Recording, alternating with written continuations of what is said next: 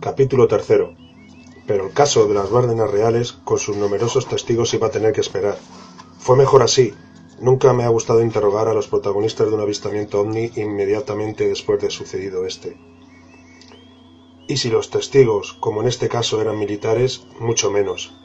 Y digo que la investigación tuvo que ser pospuesta porque en aquellos primeros días de enero de 1975 iniciamos una nueva aventura en América del Sur.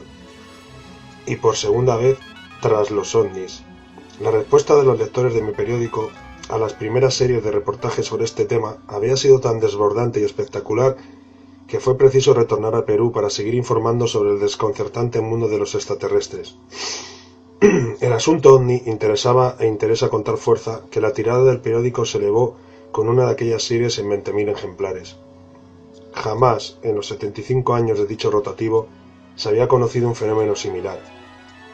Nuestra misión, esta vez, era también apasionante: conectar de nuevo con los miembros del IPRI y tratar nada más y nada menos que de fotografiar a los seres del espacio o a sus naves. Y qué lejos estábamos nosotros de saber que lo íbamos a lograr en parte. Y digo nosotros porque en este segundo maratón tras los objetos volantes no identificados me acompañaba Fernando Mújica, amigo y compañero en las tareas informativas. Para mí, uno de los reporteros gráficos más audaces que conozco. Una madrugada sofocante. Habíamos pasado en horas del gélido invierno madrileño al verano subtropical. Nos encontramos de pronto en el aeropuerto de San Juan de Puerto Rico. Nuestra primera etapa en aquel viaje inolvidable. Uno de los motivos básicos de nuestra escala en la bella isla del Caribe estaba igualmente relacionado con la vida en el cosmos, con esos deseos ancestrales del ser humano de llegar siempre más allá en sus conquistas y conocimientos. En suma, con la necesidad de establecer contacto con las estrellas. En realidad, y quizá porque todo está escrito, Fernando y yo íbamos a ser los primeros periodistas del viejo continente que conociéramos el más largo e importante mensaje que esta humanidad nuestra envía a otros seres del espacio. En el formidable cuenco de sopa que simula el radiotelescopio de Arecibo, a 17 kilómetros al suroeste de esta última localidad puertorriqueña, un joven astrofísico norteamericano, Mr. Harold D. Kraft, acababa prácticamente de dirigir la más bella operación con que pueda soñar el hombre: la transmisión de un mensaje de 169 segundos de duración al cúmulo globular conocido con el nombre de M13. Ese mensaje viaja en estos mismos instantes por la negrura sideral a la velocidad de la luz. Sí, por supuesto que existe vida en el universo.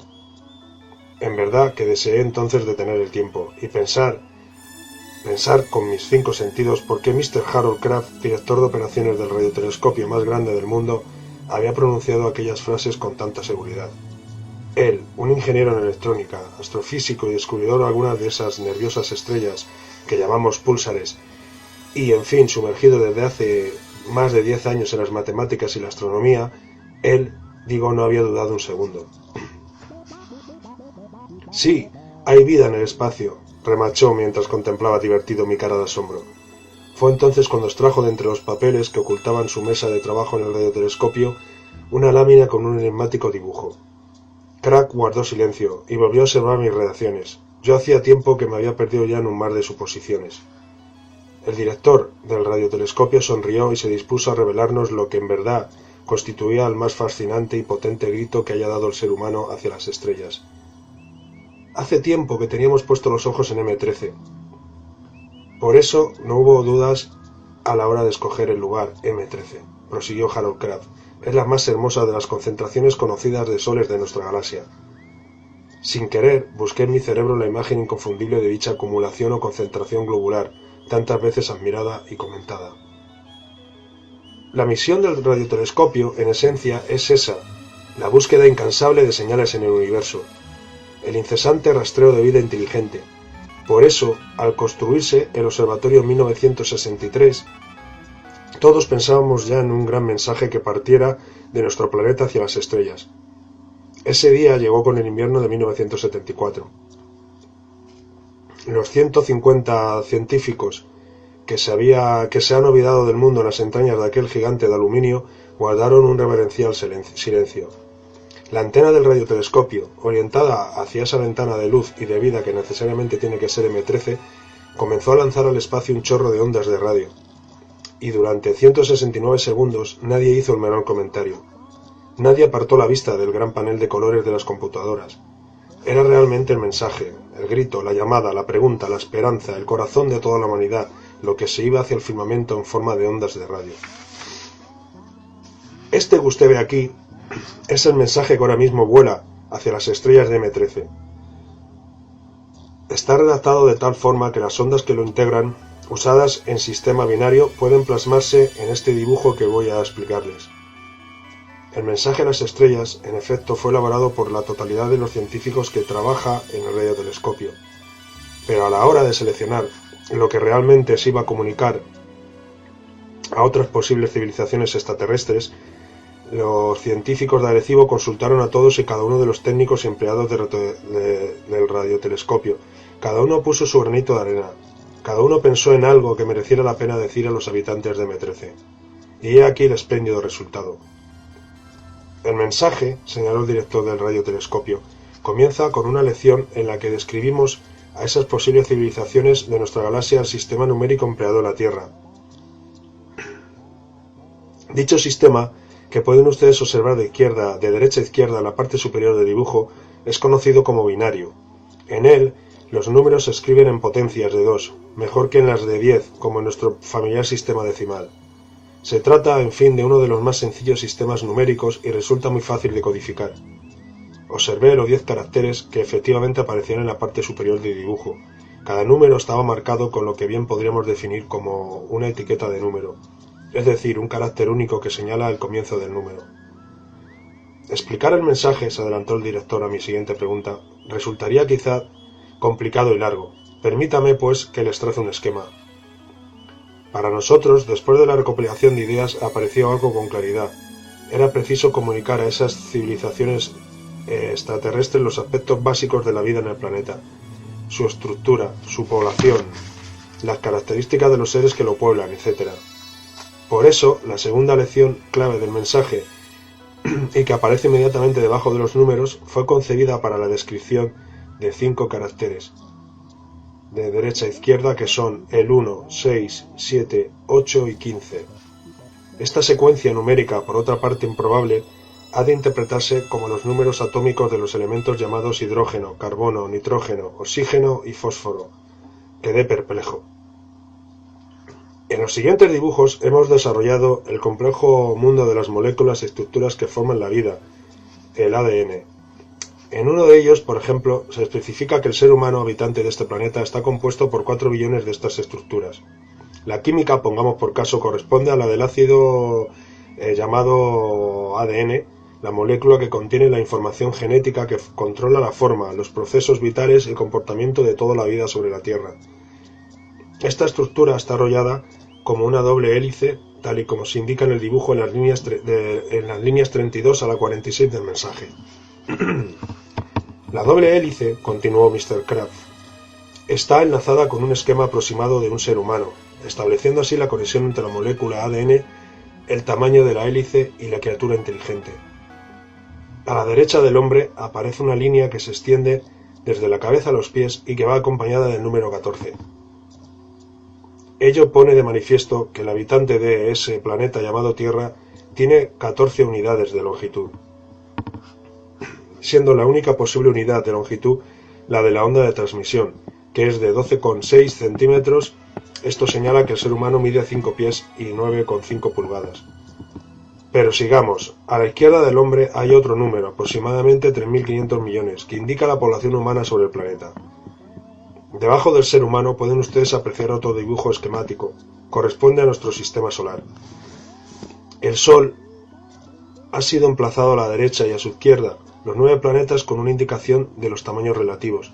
El tercer planeta, la Tierra, ha sido desplazado un poco en dirección al hombre para concretar que éste vive ahí. No era fácil seguir las explicaciones del director del radiotelescopio de Arecibo, orgullo del mundo y en especial de la Universidad Norteamericana de Cornell, de la que depende. Mr. Kraft hizo una leve pausa, dejó que el humo de su pipa recién encendida escapara hacia los amplios ventanales y prosiguió.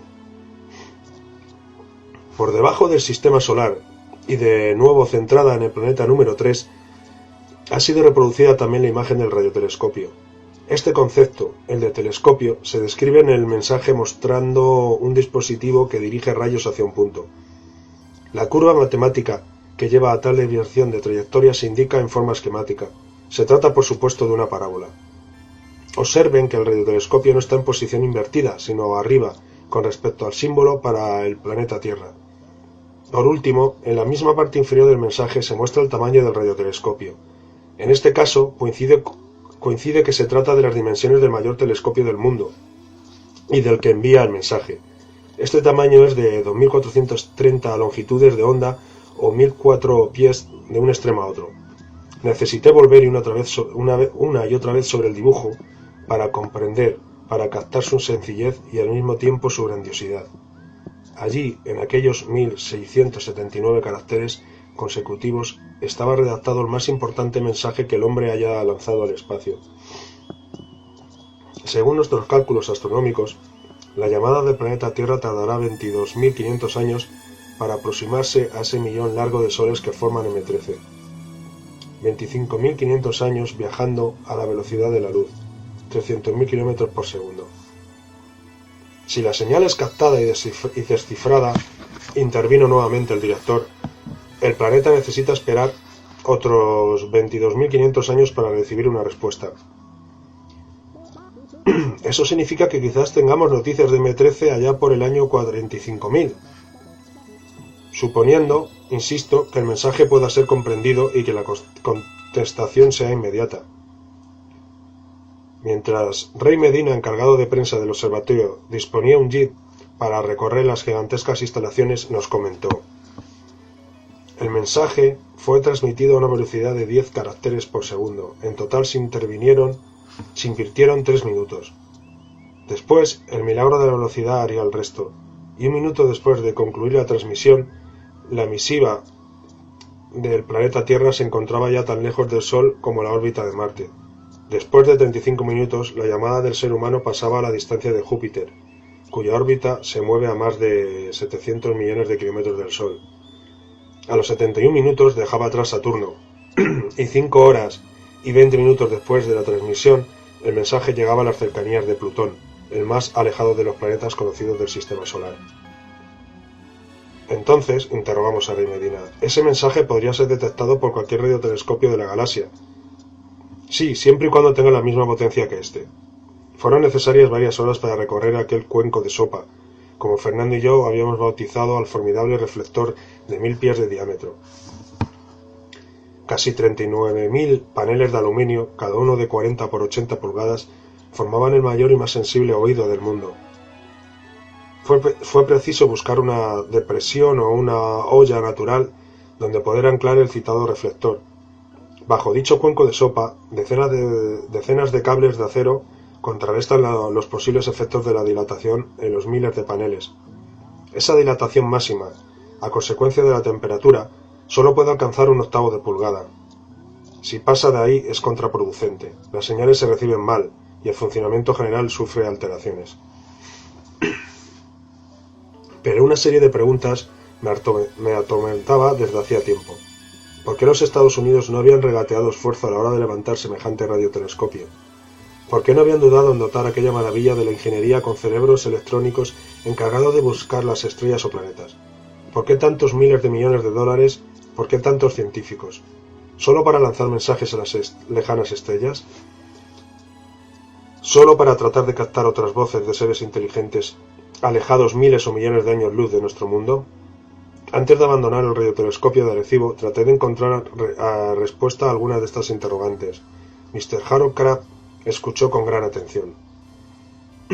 Entonces, planteé, si ustedes nunca van a conocer la respuesta a ese mensaje, si los nietos de nuestros nietos tampoco conocerán el resultado, ¿para qué el mensaje?, se adelantó el director, que parecía haberse contagiado de la rapidez de pensamiento de sus computadoras.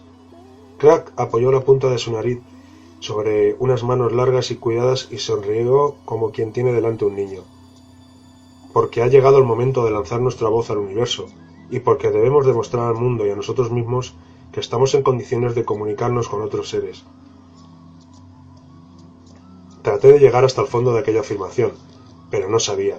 No sabía cómo entender los 5 veleros de colores que colgaban del techo de despacho de Harold Kraft, ni las computadoras de mano que tropezaban con mi magnetófono, ni las fórmulas de aquella pizarra verde que tanto me recordó las tardes grises del colegio. No entendía por qué aquellos intentos de comunicación con seres que están a millones de kilómetros de la Tierra, cuando en realidad me constaba que otras civilizaciones extraterrestres estaban ya aquí, sobrevolando nuestro mundo. Usted, Mr. Crack, parece muy seguro de la existencia de vida en el espacio. Yo creía que ser radioastrónomo equivalía a sustituir la imaginación por la aridez de la ciencia. Nunca conviene juzgar, amigo, ni siquiera a los radioastrónomos. Yo creo firmemente en la existencia de vida en el espacio. Ya se lo dije, por eso estamos aquí. Y dígame, después de tantos años explorando el universo, ¿cuál es para usted el mayor de los misterios que encierra? El propio universo es un gran misterio en sí, pero, descendiendo a lo concreto, todavía no nos hemos explicado por qué esos púlsares emiten semejantes señales o pulsos. Me pregunto cuál podría ser el gran triunfo de este formidable radiotelescopio. Quizá recibir algún día la señal, el saludo de otra civilización extraterrestre. ¿Y eso cree usted que llegará? Es posible, aunque no probable. Es que no podemos comprender lo inmenso, lo infinito del cosmos, y es tan difícil localizar uno de esos mundos habitados. ¿Hacia dónde miramos? ¿En qué frecuencia debemos lanzar nuestras emisiones? ¿Cómo conocer la que ellos utilizan? Pero, a pesar de todo, esa vida puede estar cerca. Todo depende de lo que consideremos cercano. Ni en Marte ni en Venus, por ejemplo, hay demasiadas probabilidades. Quizás en Júpiter alguna esperanza. Ustedes han enviado un mensaje a M13, a 22.500 años luz. ¿Es que consideraron dicha acumulación de estrellas como el lugar más próximo con posibilidades de vida? No, indudablemente tiene que haber otros puntos de nuestra galaxia donde haya vida, puntos por supuesto más próximos que la M13. Cuando uno trabaja con el universo, cuando uno hace de las estrellas o de las galaxias el pan nuestro de cada día, ¿cómo se ven los problemas de aquí abajo? Insignificantes, no somos nada, nada, comparativamente con el cosmos. Ah, si lográramos entender eso, ¿cómo cambiaría el mundo si nos diéramos cuenta de la fragilidad de la especie humana? Nosotros creamos nuestros propios problemas, y nosotros los hombres debemos resolverlos. Ahí fuera, en el espacio sideral, a nadie le interesa lo que a la raza humana pueda ocurrirle. Hay muchas personas que afirman, sin embargo, que otras civilizaciones extraterrestres nos visitan, e incluso nos vigilan. No considero la visita como la forma más razonable para que esos seres se comuniquen con nosotros. Las distancias son tremendas. Entonces, ¿usted no cree en los ovnis? Yo no los he visto. A pesar de estas palabras, me costaba trabajo admitir que el Centro Nacional de Astronomía y de la Ionosfera, como se denomina también al sensacional radiotelescopio de Arecibo, no estuviera allí para algo más. ¿Qué saben realmente los gobernantes y científicos de los Estados Unidos en relación con esos seres que poblan el universo y que nos visitan? Por un instante estuve a punto de hablarle a Mr. Crack de esos miles de testimonios que demuestran la presencia de los ovnis sobre el planeta, pero guardé silencio. Quizás el joven astrofísico lo sabía ya. A veces sucede que los que desempeñan cargos oficiales no pueden hablar de lo que realmente ocurre. Pero había sido hermoso. Había merecido la pena conocer el más fino oído del planeta. Nos sentíamos satisfechos por haber podido difundir lo que, sin duda, es el más importante mensaje lanzado por el hombre de esta humanidad, nuestra al cosmos. Días después, Fernando y yo aterrizábamos en el luminoso país de los Incas. Perú gozaba en aquellas fechas, de enero de 1975, de un verano espléndido. Allí nos aguardaban nuevas vivencias. Y otra sorpresa. Encontré a los miembros del IPRI divididos. Lo que hacía 4 meses era un conjunto sólido y único, ahora se presentaba ante mis ojos, como 3 tendencias claramente diferenciadas. Por un lado, Sixto Paz Wells dirigía, por llamarlo de alguna manera, el grupo de tendencia más mística y espiritual. Su hermano, Carlos Paz, englobaba una segunda tendencia, más científica, en lo que respecta a las comunicaciones y experiencia con los ovnis y sus tripulantes. Por último, Pude deducir a lo largo de nuestra estancia en Lima que había nacido también una tercera posición, una especie de mezcla de las dos anteriores. Mantuve numerosas y largas conversaciones con los miembros del Instituto Peruano de Relaciones Interplanetarias. Me relataron sus problemas, sus dificultades con algunos sectores de la sociedad peruana, que al igual que ha ocurrido también en nuestro país, no deseaba bajo ningún concepto que el asunto ovni extraterrestre calara en el hombre de la calle. No interesaba, en fin, una mayor apertura de la mente, pero tiempo habrá de extenderse sobre esta curiosa y casi folclórica oposición de la sociedad, así como de determinados sectores de la Iglesia. Desde mucho antes de pisar el aeropuerto de Lima, quizá desde mucho antes de abandonar España, una idea, una obsesión me bloqueaba el corazón. Tenía que demostrar a todos aquellos que consideraba mis amigos, a lo más allegados en suma, que lo que yo había visto en el cielo de aquel 7 de septiembre de 1974 era realmente incomprensible, que se trataba, en mi opinión, de ovnis, y no descansé hasta que logré convencer a mi periódico, y en especial a mi director, de la necesidad de regresar a Perú y en compañía de otra persona, de alguien que pudiera asistir quizá, tal y como yo hice, a otro avistamiento ovni. No hubiera planteado siquiera el asunto si todo aquello solo fuera fruto de mi imaginación o de mi invención. Por ello, desde que pisé Perú, desde que inicié los contactos con los diversos miembros del IPRI, toda mi obsesión se centró en asistir a un nuevo avistamiento, a otra prueba física en definitiva a la que, por supuesto, asistiera Fernando Múgica. Y tengo que adelantar que no hubo problemas. El grupo de Sixto Paz Wells tenía prevista una de estas visualizaciones para el sábado 5 de ese mismo mes de enero de 1975. 8 días antes, y desde el hotel de Lima donde habíamos montado nuestra base de operaciones, el propio Sixto me confirmó telefónicamente el avistamiento. Sería por la noche en un lugar distinto a Chilca, donde yo había contemplado aquellas primeras naves. Será al norte de Lima, me dio por toda explicación. Cuando se lo comenté a Fernando, este no respondió, señal inequívoca de que el asunto le interesaba y le preocupaba. El resto de aquellos días, al igual que me sucediera en el primer viaje a las entrañables tierras peruanas, transcurrió de aquí para allá, metidos en plena faena periodística. No había olvidado, por supuesto, a mi buen amigo el doctor Javier Darquea, el descubridor de la fantástica biblioteca de piedra de la ciudad de Ica, y que traté de reflejar y describir en mi libro ¿Existió otra humanidad? Buena parte de esos días transcurrió junto al investigador iqueño, profundizando en aquellas 11.000 piedras grabadas, testimonio de una civilización o una raza que habitó nuestro mundo en eras remotas. Pero aquella vez la espera no fue como en septiembre de 1974. En mi primer viaje todo fue distinto. Yo no había recibido la menor prueba por parte del IPRI de que todas aquellas afirmaciones suyas fueran auténticas. Y acudí al avistamiento de los arenales de Chilca con más escepticismo que otra cosa. Ahora no, ahora como digo, yo sabía que allí en todo aquello había buena parte de verdad, y sentía en cada fibra de mi cuerpo la impaciencia, la angustia, el desasosiego, el lento paso de las horas. Durante aquella espera traté de informarme igualmente sobre los más importantes acontecimientos, sobre las noticias que había protagonizado el IPRI. Y es curioso, a pesar de esas claras diferencias a la hora de orientar las experiencias con los ovnis, en lo que se había dado en denominar Misión Rama, no pude encontrar un solo ataque mutuo. Esta es la mejor oportunidad, me ha dicho a mí mismo, al observar aquella división para descubrir cualquier fallo o superchería. Pero no fue así. Como digo, cada vez que me entrevisté con los distintos miembros del IPRI, cada vez que traté de que juzgaran la actuación del resto de los equipos, me llevé la misma sorpresa. Nadie consideraba farsante a nadie.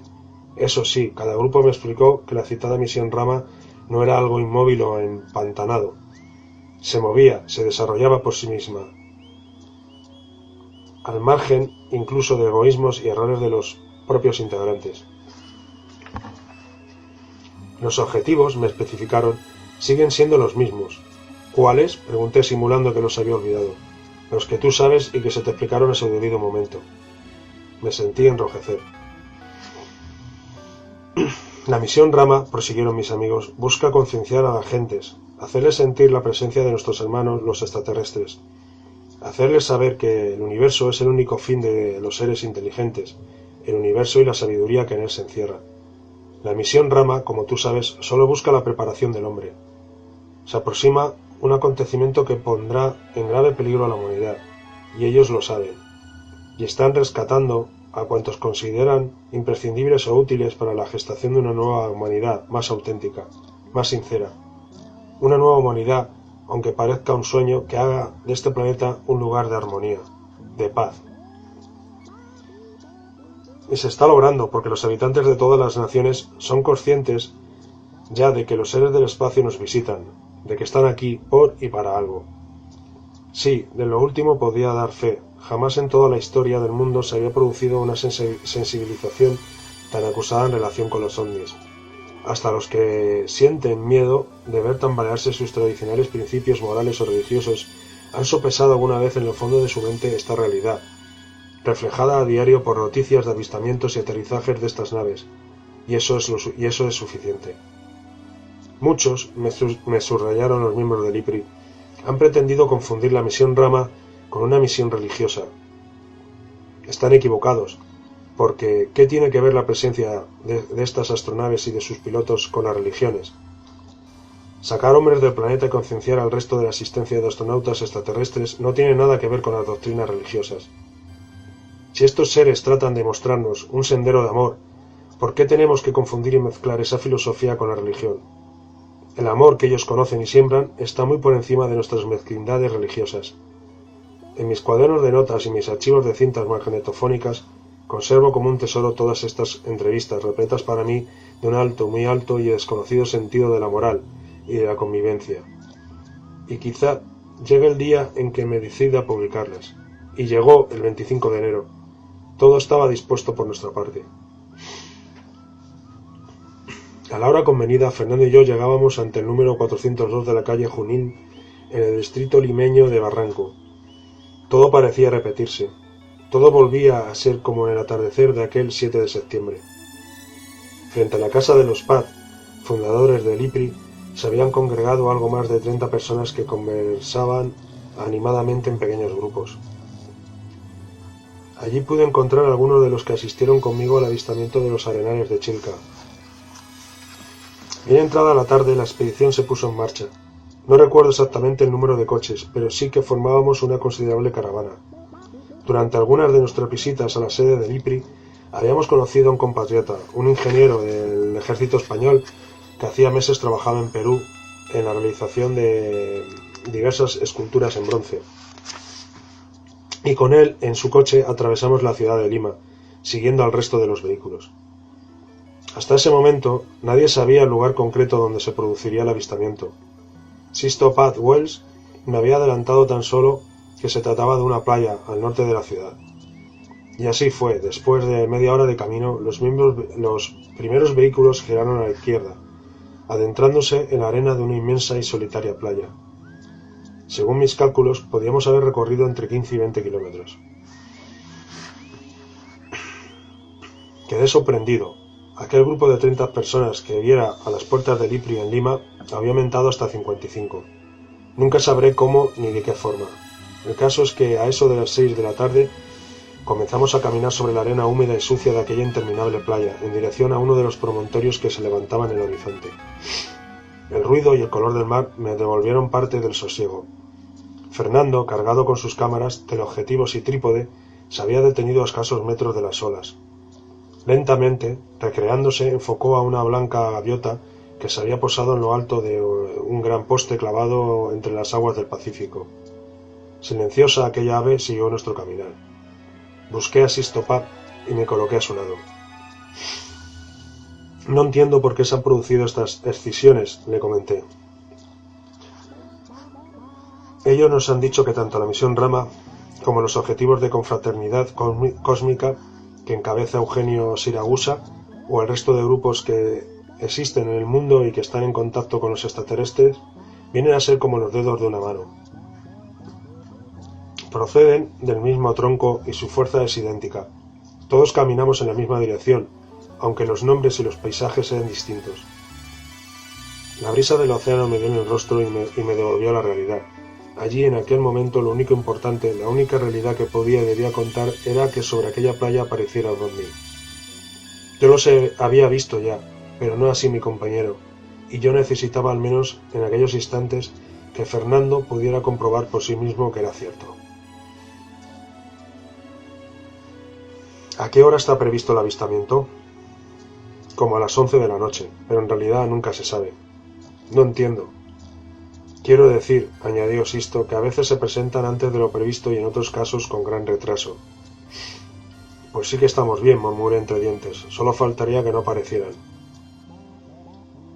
Seguimos caminando hasta llegar al promontorio. Allí cada cual, y puesto que no había oscurecido todavía, buscó el mejor procedimiento para entretenerse. Fernando me señaló el gigantesco y encendido sol que estaba a punto de zambullirse en el mar, y nos dirigimos hacia la orilla, con el propósito de tomar algunas diapositivas de aquel soberbio atardecer. Allí enfrascados en las fotografías vimos desaparecer aquel luminoso día. Con las primeras sombras de la noche regresamos al interior de la playa, donde se había acomodado el grueso del grupo. Reinaba el buen humor, y la mayor parte de los allí congregados había empezado ya, presa de una curiosidad irresistible, a escrutar el incipiente parpadeo de las estrellas.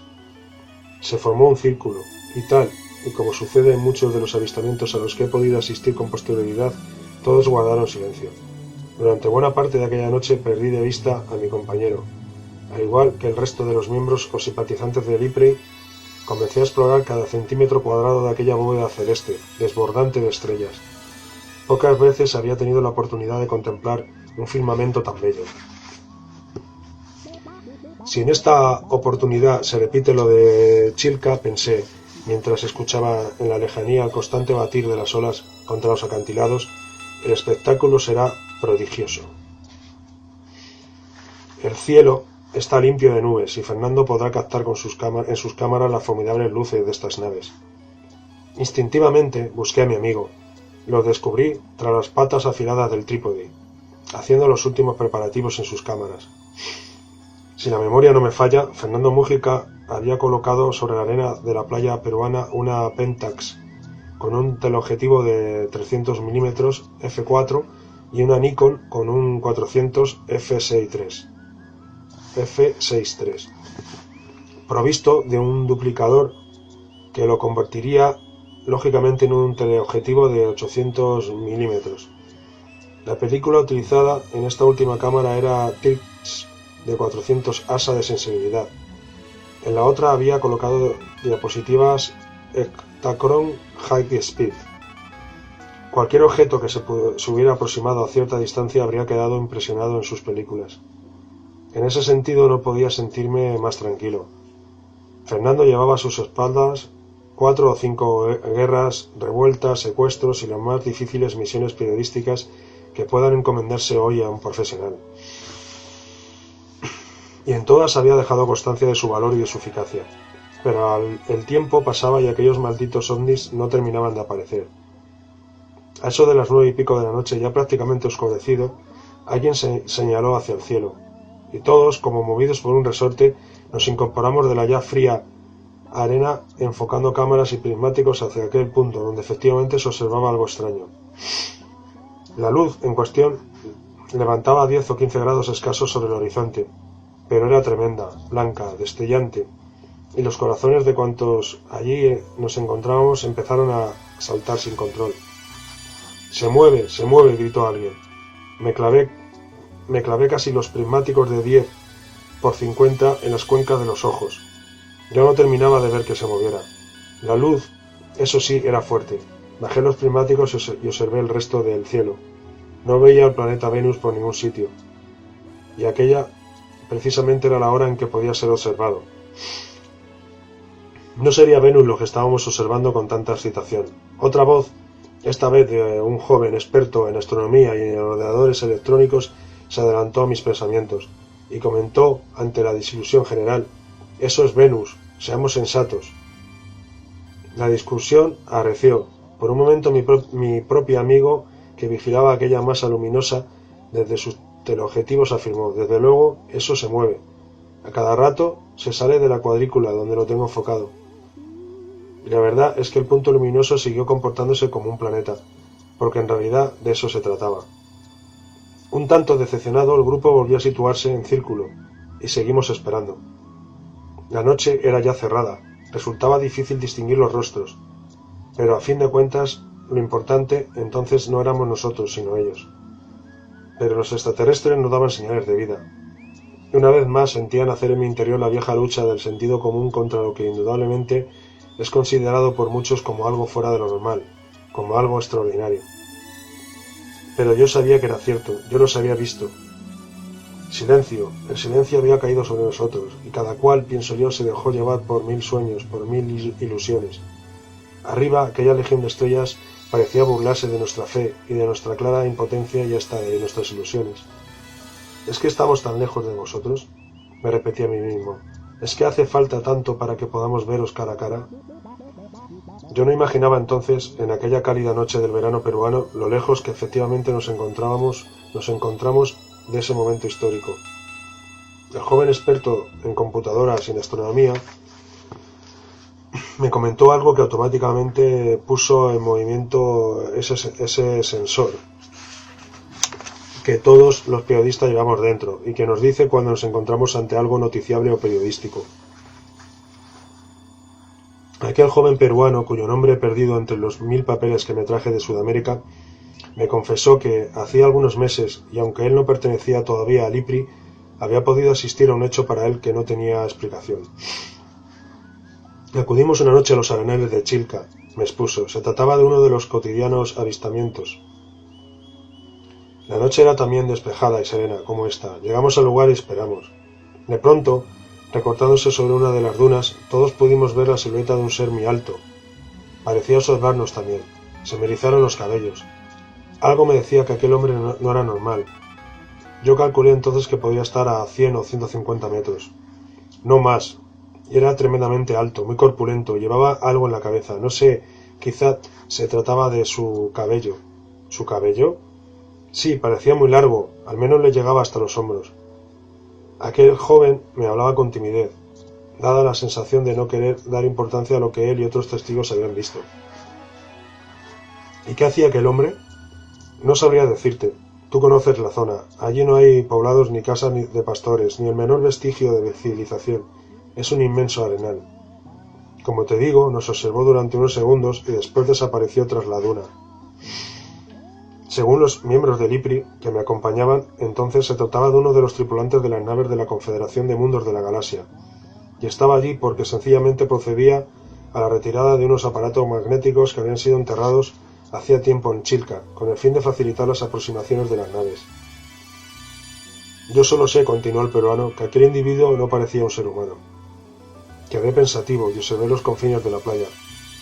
Solo el promontorio que se derramaba en forma de arrecifes hacia el océano constituía un lugar adecuado y próximo donde poder adivinar también la silueta de algo o de alguien, suponiendo que mis deseos y mis sueños se convirtieran en realidad.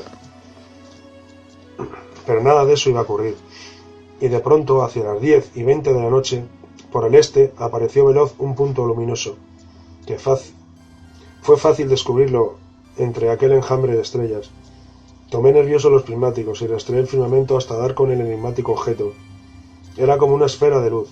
Observé una especie de círculo menos intenso a su alrededor, pero volaba a tanta velocidad que se salía constantemente de mi campo de visión. «¡Mirad, mirad!», gritaba el grupo como una sola voz, asombrado por la endiablada velocidad del objeto. «¡Va hacia el mar!». Girando sobre mis talones pude seguir a duras penas la trayectoria del punto luminoso. Se perdió por el oeste antes de que nadie articulara una sola palabra más. Bajé lentamente los prismáticos mientras trataba de atar cabos. Aquel objeto había aparecido por el este, eso estaba claro, y lo habíamos descubierto cuando volaba entre los 20 o 30 grados sobre el horizonte, y había cubierto el arco de firmamento hasta el instante de hundirse en el horizonte por el oeste, en un tiempo de máximo de 20 a 30 segundos, quizá menos. Pero ¿cómo podía ser? ¿Qué velocidad llevaba aquel punto de luz para recorrer esos 150 o 160 grados en tan escaso tiempo? Porque indudablemente no se trataba de un meteorito o una estrella fugaz. Ninguno de estos fenómenos conserva una trayectoria tan prolongada y horizontal como la de aquel objeto. Además, nuestros prismáticos lo habían enfocado y todos coincidimos en que aquel punto de luz era sospechosamente esférico. Su velocidad, sin embargo, fue lo que terminó por desconcertarnos. Ningún aparato terrestre puede en la actualidad aproximarse siquiera a la de aquel objeto volante no identificado, que pasó sobre nuestra vertical. Muchas veces he tratado de calcular su altura, pero siempre me encontré imposibilitado de hacerlo. Quizá, concediendo un respetable margen de error, pudiera encontrarse a 8.000 o 10.000 metros. Se trata de una nave, apuntaron los miembros del IPRI. Muchas como esta pasan a diario sobre Lima y sobre el resto del país. Guardé silencio. A decir verdad, el supuesto ovni había pasado tan alto y tan veloz que ninguno de los allí presentes podía estar seguro de nada. Algo, sin embargo, me decía que aquel objeto no era un fenómeno natural o conocido por el hombre. El paso del objeto volante no identificado llenó de entusiasmo al grupo, y todos intensificamos nuestra exploración del firmamento. 10 minutos después, según mi reloj, un segundo punto luminoso de idénticas características surgió por el oeste y en dirección opuesta al que habíamos visto por primera vez. Su velocidad era similar, o incluso superior. Se desplazaba a una altura prácticamente igual, y su brillo y aureola, visto con los prismáticos, eran idénticos al anterior ovni. El griterío y la temperatura del grupo subieron como la espuma, y no era para menos, porque aquel segundo ovni confirmaba definitivamente que no nos encontrábamos ante las conocidas estrellas fugaces, que siguen casi siempre unas trayectorias de caída completamente verticales u oblicuas. Aquello sostenía una línea de vuelo y cubrió el amplio arco de cielo en menos tiempo, incluso que el primero. Pero seguían apareciendo demasiado altos. En un momento concreto, mientras el punto luminoso se desplazaba hacia el este, escuché los comentarios de Fernando desalentado por la tremenda velocidad del ovni, que hacía prácticamente imposible la impresión en sus placas fotográficas. Sin embargo, mi compañero disparó una y otra vez. Sin aliento, con el corazón retumbando en el pecho, me dejé caer sobre la arena y reflexioné. Si nuestros ánimos están como están por dos puntos luminosos que han pasado a 8.000 o 10.000 metros, ¿qué habría sucedido si esos ovnis con los de los demonios hubieran descendido sobre nuestras cabezas? Pero no tuve tiempo de entrar en nuevas disquisiciones, porque alguien había visto aparecer también, por el oeste, un tercer objeto, gemelo del anterior. Aquella fue la chispa que hizo estallar el polvorín de los ánimos. En 3/4 de hora habían pasado 3 objetos volantes no identificados sobre la playa. Me puse en pie de un salto y repetí la misma operación. Perseguí al ovni con los prismáticos mientras el grupo hacía 1001 comentarios. Pero no era posible. No había forma de seguir aquel objeto. Su velocidad era muy superior a la de cualquier avión experimental, y el tercer ovni, como el anterior, se perdió por el este. Eran, si no recuerdo mal, las 11:05 de la noche. El tercer ovni había pasado sobre la vertical del grupo, aunque a una considerable altura, a la hora aproximada en que se había previsto el avistamiento. Pero nadie se dio por satisfecho, y quizá teníamos razón, todos esperábamos mucho más. Todos aguardábamos la presencia de 1 o 10 naves sobre la arena de aquella playa solitaria. Todos, y yo el primero, hubiéramos dado la mitad de nuestras vidas por ver aterrizar cualquiera de aquellos ovnis a un tiro de piedra del grupo. Por eso, al ver que el tiempo seguía transcurriendo y que ningún ovni descendía sobre la playa, los ánimos se desfondaron y las críticas y burlas de los que acudían por primera vez a una de estas pruebas físicas se hicieron cada vez más osadas. Y pienso que no había por qué reprochárselo. Solo después, mucho después, ya en España, comprendería por qué no había sido prudente que esos ovnis hubieran descendido. Pero no adelantemos acontecimientos. La impaciencia y el mal humor se apoderó de buena parte del grupo, y hacia las 12 de la noche decidimos regresar a Lima. La última media hora en la playa había sido un suplicio. Los invitados al avistamiento se ensañaron sin piedad y calificaron aquellos 3 objetos volantes no identificados como satélites artificiales, meteoritos, estrellas fugaces, cometas, y Dios sabe cuántas barbaridades más. Curiosamente, desde la aparición del tercer y último ovni, llegamos a contabilizar sobre la zona algo así como una docena de aviones que realizaron las más extrañas evoluciones sobre el área. Para los miembros del IPRI, algunos de aquellos aparatos habían despegado de sus bases ante la presencia de los ovnis. Por supuesto, la hipótesis no podía ser demostrada. Mientras me encaminaba por la oscura playa hacia el coche del ingeniero español, Una duda, sin embargo, me asaltó el corazón. ¿Podría tratarse realmente de satélites artificiales, tal y como habían apuntado algunos de los 55 testigos del paso de los 3 objetos volantes no identificados? Mi entusiasmo por la astronáutica y la astronomía no me había llevado a profundizar hasta ese límite en el capítulo de estos ingenios, así que preferí esperar, preferí realizar las consultas y análisis pertinentes. Yo intuía que ningún satélite artificial podía cubrir 150 o 160 grados del firmamento sobre nuestra vertical en tan escasos segundos, pero decidí esperar, como digo, y mis sospechas se verían pronto confirmadas por uno de los organismos especializados más importantes del mundo en el seguimiento y rastreo de estos ingenios espaciales.